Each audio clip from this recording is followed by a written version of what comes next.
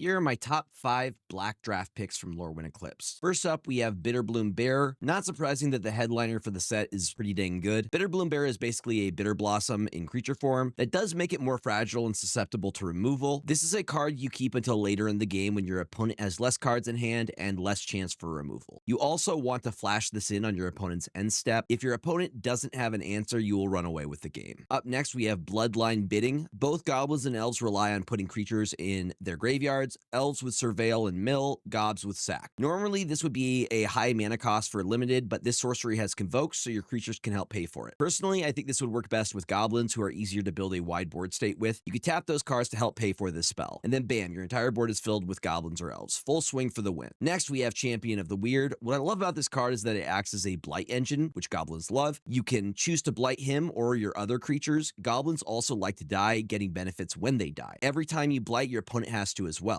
This can act as an asymmetric board wipe, as your goblins dying usually provide value. Next, we have Dawnhand Dissident. This is another blight engine, only 1 black for a 1/2. It provides surveil triggers as well as exiling cards from your graveyard, which you can play later. You will want to have other cards to blight onto. What's really nice though is that in the process of playing those cards exiled from your graveyard, when paying their mana cost, it removes 3 blight counters from creatures you control, allowing Dawnhand Dissident to rinse and repeat. Our final card is Gloom Ripper. This card does a couple of things for you. It acts as both pump and removal while putting a 4/4 body onto the battlefield. Elves love milling in this set, and this card counts both elves in your graveyard as well as those on the battlefield. Could be the bomb that closes out a game. Removing a threat, preventing you from swinging, all while pumping up your own creature, maybe a creature with evasion like a flyer. If you enjoy these kind of videos, please be sure to like and follow. What's your favorite black card from Lorwyn Eclipsed?